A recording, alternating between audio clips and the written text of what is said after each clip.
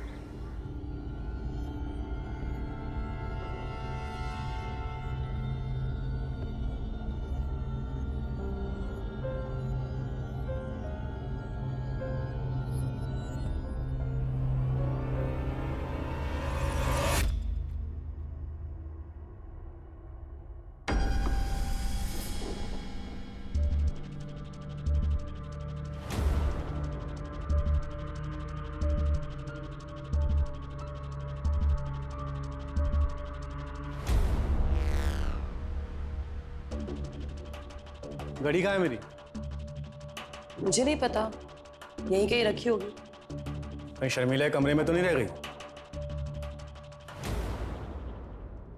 रुको मैं देख के आती हूँ।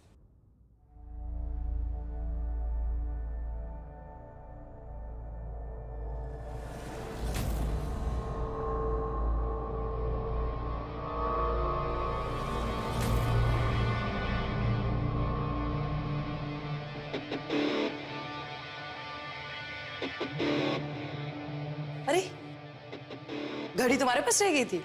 कब से ढूंढ रही थी इसे।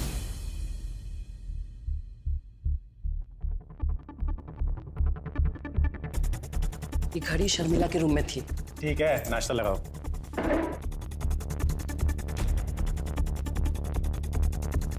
इस घर में सदेश्वर द्वारा शर्मिला का शोषण हो रहा था, जिसके जिम्मेदार सदेश्वर के साथ साथ कुछ हद तक रवि और रेवती भी थे। शर्मिला के साथ जो भी हो रहा था उसे शक होने लगा था, यानी कि खेल अब एक खतरनाक मोड़ ले रहा था। ऐसा खतरनाक मोड़ जहां जुर्म की इंतहा होती है। दूसरी तरफ सुशीला नाम की भी एक बैक स्टोरी थी। कौन थी ये सुशीला और शर्मिला को कब और कैसे इन दरिंदों की असलियत का पता चला? आइए देखते हैं। दीदी, जेठ जी की घड़ी मेरे कमरे में क्या कर रही थी? अरे गलती से भूल गए होंगे। पर जेठ जी मेरे कमरे में क्या कर रहे थे? कल रात जब रवि मेरे साथ थे तब तो वो घड़ी वहां नहीं थी। कोई भूत आया होगा, वो चुपके से वहां रख के चला गया होगा। दीदी, ये हंसने की बात नहीं है। मैंने आपसे पहले भी कहा है कि मैंने जेठ जी को अपने कमरे में देखा था। मेरा मतलब है, मुझे लगा। एक बात ना कान खोल के सुन लो, बार बार ये लगना लगाना हमका ना बोलो। हम सब समझते हैं कि तुम्हारे दिमाग में का खिचड़ी पकड़ी है। तुमने हमारे पति की छवि अपने दिमाग में भर ली है, तो हर जगह ये लगना लगाना मत करना। समझ रही हो ना? बीबी जी, बीबी जी, कोई पुराना कपड़ा है तो निकाल दीजिए। एकदम चकाचक नए बर्तन आए हैं। इंटरनेट पे भी ऐसे डिजाइन नहीं मिलेंगे आपको। तुमको कितनी बार कहा है हमको कोई बर्तन नहीं देना है। चलो जाओ यहाँ से। देखिए ना बीबी जी, कोई ऐसा कपड़ा जो काम नहीं आता हो। बुलाना कुछ नहीं चाहिए, चलो निकलो। ठीक है बीबी जी, होगा तो देख लीजिएगा।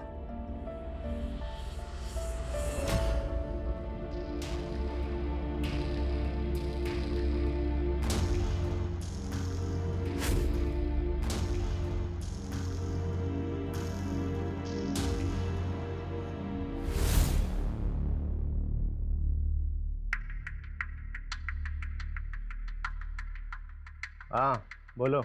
जी मुझे लगता है ना, शर्मिला को ना शक हो गया है। वो आज सुबह ही मुझे ना उस घड़ी के बारे में पूछ रही थी। हाँ ठीक है, आगे से ध्यान रखूंगा। मैं क्या बोलती हूँ, कुछ दिन तक ना हम ये सब बंद कर देते हैं। चुप, एकदम चुप।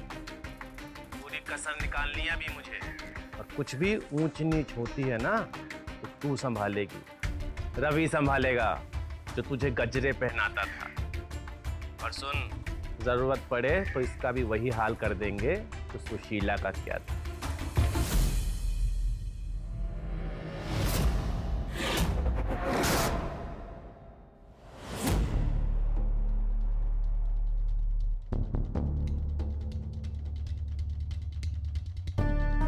सुनो,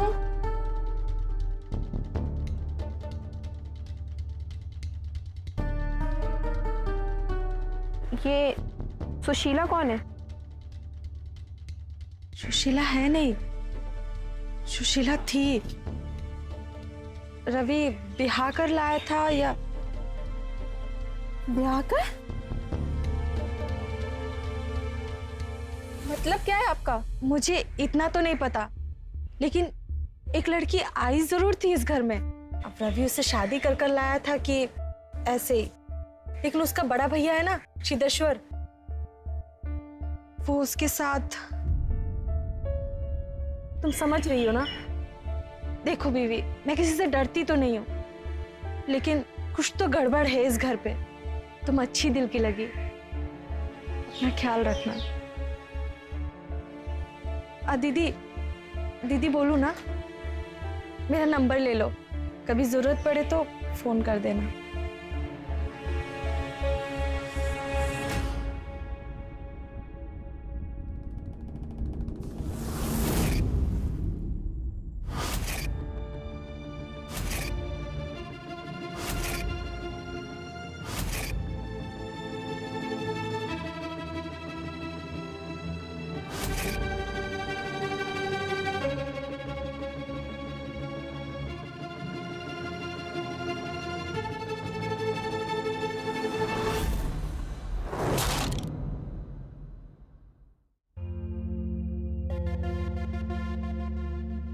कहाँ गई थी?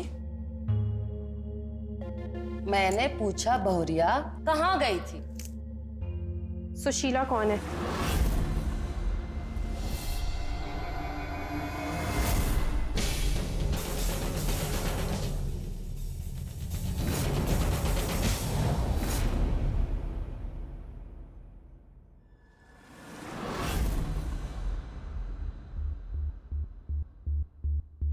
कहाँ जा रही हो तुम? छुओ मत मुझे। खैर, इतना तो मुझे समझ में आ गया, तुमने मुझे आज तक छुआ ही नहीं। क्या बकवास कर रही हो तुम ये सब? तो बताओ, कौन थी सुशीला और कहाँ गई? सुशीला? कौन सुशीला? तुम्हारी लड़खड़ाती जुबान सब बता रही है। और फिर लाडो, मेरी बात सुन। जैसा तू सोच रही है वैसा कुछ नहीं है, समझ मेरी बात। कुछ नहीं सुनना मुझे। उस दिन भी मैंने इन्हें अपने कमरे से जाते देखा, उसके बाद इनकी घड़ी मेरे कमरे से मिली। रोज शराब पिलाते हो ना तुम लोग मुझे। छोड़ दो मेरा रास्ता, जाने दो मुझे। अरे तुम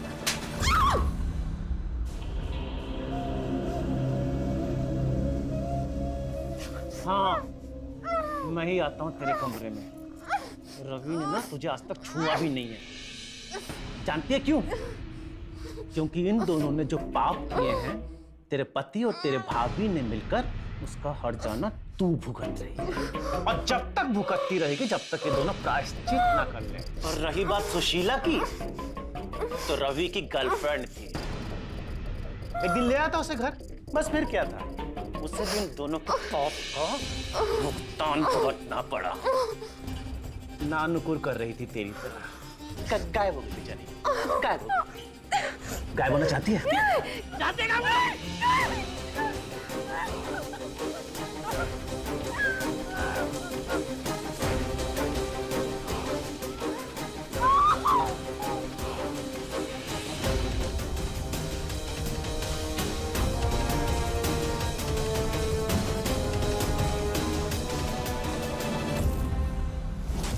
इंतहा हो चुकी थी इन हैवानों के जुल्मों की, और अब तो शर्मिला को सब पता था। सदेश्वर, रेवती और रवि जैसे लोग हमारे समाज में एक बीमारी की तरह हैं जो मानसिक रोग से पीड़ित होते हैं, और ये रोग कैंसर से भी ज्यादा खतरनाक होता है। शर्मिला उनकी इस हैवानियत का शिकार बन चुकी थी। जो बेचारी एक बेजुबान पंछी की तरह इस जाल में फंसकर तड़प रही थी। हैवानियत का एक ऐसा नंगा नाच आपने कभी देखा ना होगा और ना ही सुना होगा। देखिए क्या था।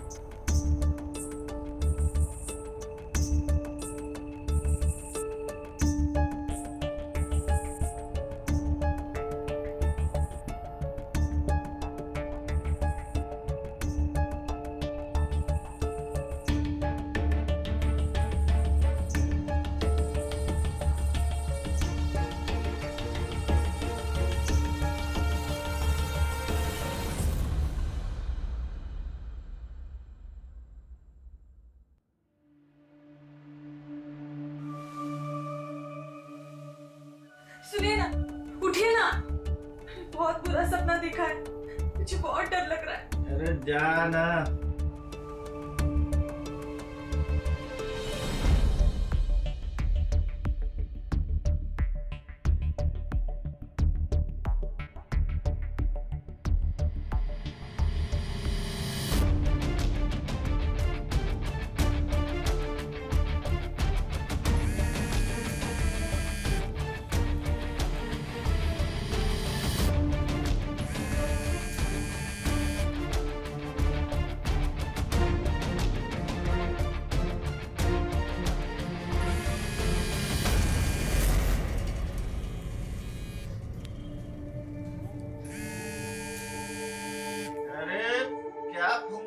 रात रात भर लगी रहती है। तू नहीं सोती तो किसी और को भी इस तरह सोने दो।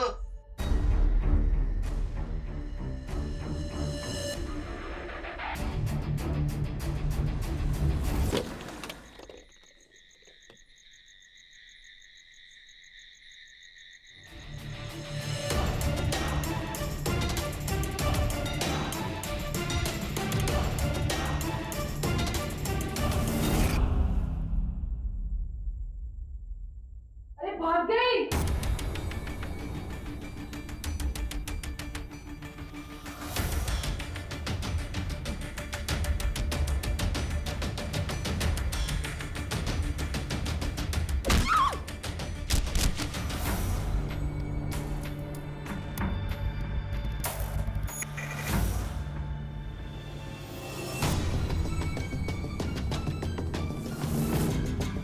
इसे भी वहीं गाड़ देते हैं जहां सुशीला को गाड़ा था। रवि और सदेश्वर की बात न मानने पर उन्होंने शर्मिला को भी रास्ते से हटा दिया था। जुर्म वो रास्ता है जो बड़ा ही लुभावना होता है, क्योंकि ये अजब खेल है। एक जुर्म की स्याही को मिटाने के लिए दूसरा जुर्म करना पड़ता है। इसका कोई अंत ही नहीं। बेशक रवि और सदेश्वर और रेवती के हौसले बुलंद थे, वो लोग अपने नए शिकार की ओर बढ़ चले थे। बेशक वो कानून की नजर में धूल झोंकने में कामयाब तो हो गए थे, पर कोई नजर थी जो इन पर टिकी हुई थी।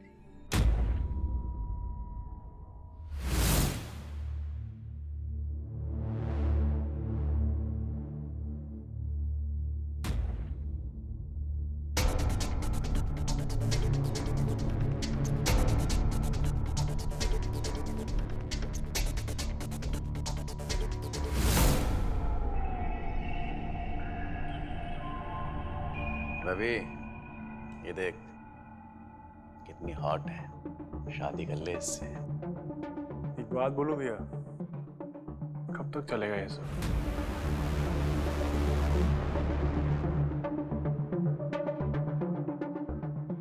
अब तो उम्र भर चलेगा। मजा आने लगा है इसमें।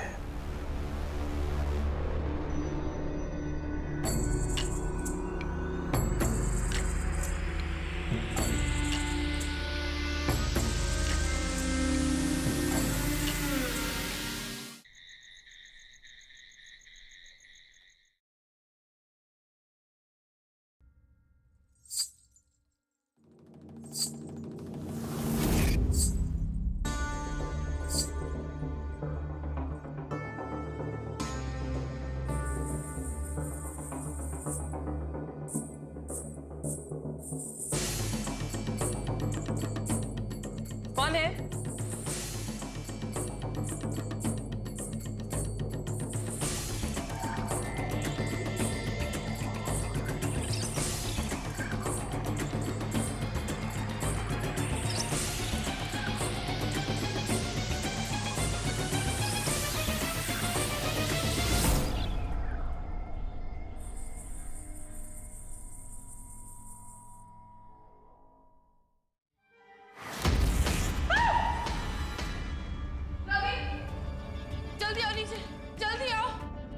क्या हुआ भाभी? मैंने अब भी शर्मिला को वहाँ पर नाचते हुए देखा। वो घुंघरू पहन के नाचते हुए देखा। रवि लाइट जला। मैंने कोशिश की थी लाइट जला के, लाइट नहीं जल रही है। अरे भाभी शर्मिला कैसे आ सकती है यहाँ पे? मेरा यकीन करो, मैं कह रही हूँ ना, मैंने शर्मिला को वहाँ देखा है घुंघरू पहन के नाचते हुए। मेन स्विच चेक कर जाकर जा।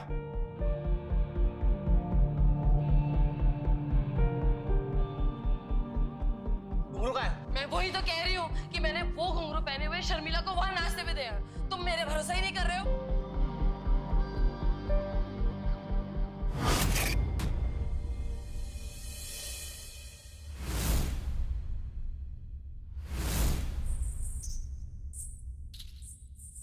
देखो, मैंने कहा था ना, आवाज आ रही घूम रही हूँ, सुनो।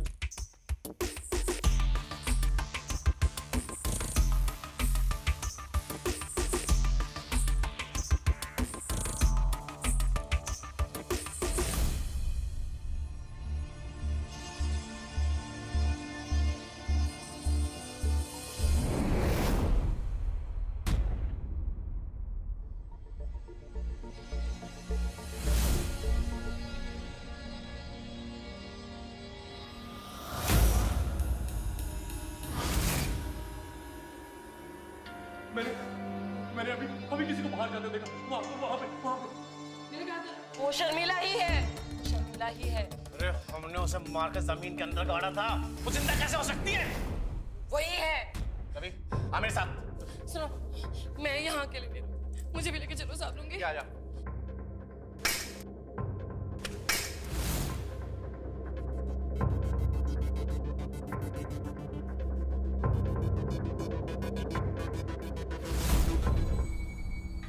ये देखो शर्मिला के हाथ और उसके कपड़े। नहीं, ये शर्मिला नहीं है। मैंने शर्मिला को खुद अपनी आंखों से अंदर नाचते हुए देखा है। ये शर्मिला की लाश नहीं है। भाभी आप क्या बोल रही हो? शर्मिला मर चुकी है। देखा, मैंने कहा ना, तुम्हें आवाज सुनाई थी, अब वो बहुत शर्मिला है। अगर ये शर्मिला का भूत भी है तो इसको भी वहीं पहुंचाना पड़ेगा जहां शर्मिला और सुशीला को पहुंचाया था। आओ मेरे साथ। अरे भैया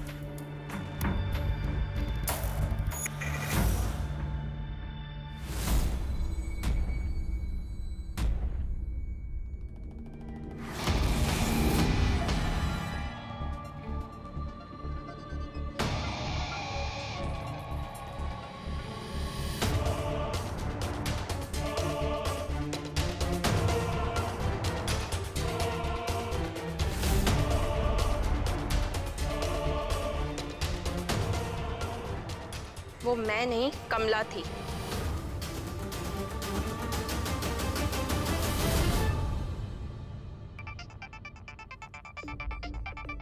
दीदी का फोन। हेलो हेलो दीदी। हेलो हेलो कमला। दीदी क्या हुआ? मुझे बचा ले कमला। दीदी रुको, मैं आती हूँ आपके घर। नहीं नहीं नहीं, तू मत आ, मैं आती हूँ। बोलो किसी भी वक्त ना पहुँचते होंगे। एक काम कीजिए, मैं इन लोगों को गुमराह करती हूँ, आप अपने गाँव भाग जाइए।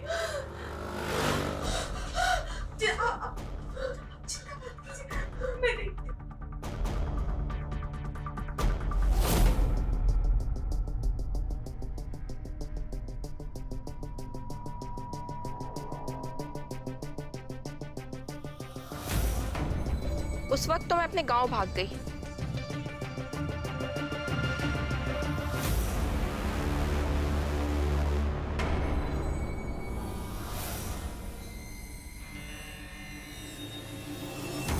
पर बाद में जब मुझे उसके पति से पता चला कि उस रात से कमला गायब है, तो कुछ दिन रुक के मैंने पुलिस की मदद ली और तुम लोगों को रंगे हाथ पकड़ने के लिए पुलिस ने ये जाल बिछाया। ले जाइए इंस्पेक्टर साहब इन्हें।